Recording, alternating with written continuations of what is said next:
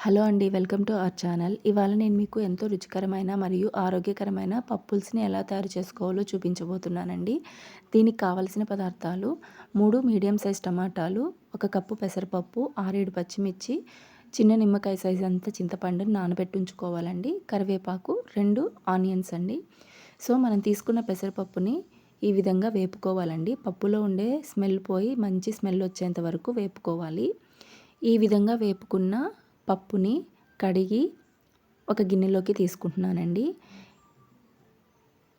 ఈ గిన్నెలోకి తీసుకున్న తర్వాత దానిలో కొంచెం వాటరు, పసుపు అండ్ మనం తీసుకున్న పచ్చిమిర్చిని వేసి ఉడికించుకోవాలి. సో, ఈ విధంగా పప్పు అనేది ఒక 70% ఉడికిన తర్వాత దీనిలోకి మనం తీసుకున్న టమాటాలని ముక్కలుగా కట్ చేసుకొని వేసుకోవాలండి. ఈ విధంగా టమాటా ముక్కలను కూడా వేసుకున్న తర్వాత టమాటా ముక్కలు కూడా బాగా ఉడికిన తర్వాత పప్పును తీసి కింద ఉంచుకొని మనం తీసుకున్న చింతపండు గుజ్జును కూడా యాడ్ చేసుకొని బాగా ఎనుపుకోవాలండి. ఎనుపుకున్న తర్వాత ఎనుపుకునేటప్పుడు కొంచెం ఉప్పును కూడా యాడ్ చేసుకోవాలి. ఈ విధంగా ఎనుపుకున్న తర్వాత పప్పుల్స్కి తగినన్ని వాటర్ని కూడా యాడ్ చేసుకుంటున్నాను. సో, ఈ పప్పుల్స్కి ఇప్పుడు పోపుని తీసుకుంటున్నానండి. పోపు కోసం నేను 2 టేబుల్ స్పూన్స్ ఆయిల్ తీసుకున్నాను. అదేవిధంగా కొంచెం ఆవాలు, కొంచెం మెంతులు మరియు ఎండుమిర్చిని యాడ్ చేశానండి. సో, ఇవి కొద్దిగా వేగిన తర్వాత ఆనియన్ ముక్కల్ని యాడ్ చేశాను.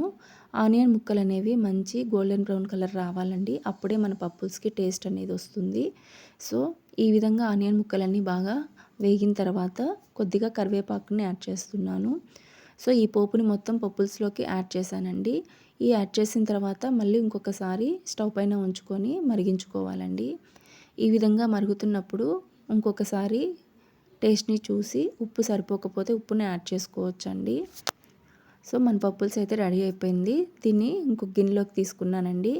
ఈ పప్పుల్స్ చిన్న పిల్లలకు కూడా చాలా మంచిదండి అండ్ హెల్త్‌కి కూడా చాలా మంచిది. చలువ చేస్తుంది. సో, పప్పుల్స్ కనుక మీకు నచ్చినట్లయితే వీడియోని లైక్ చేసి, షేర్ చేసి, సబ్స్క్రైబ్ చేయండి. Thank you.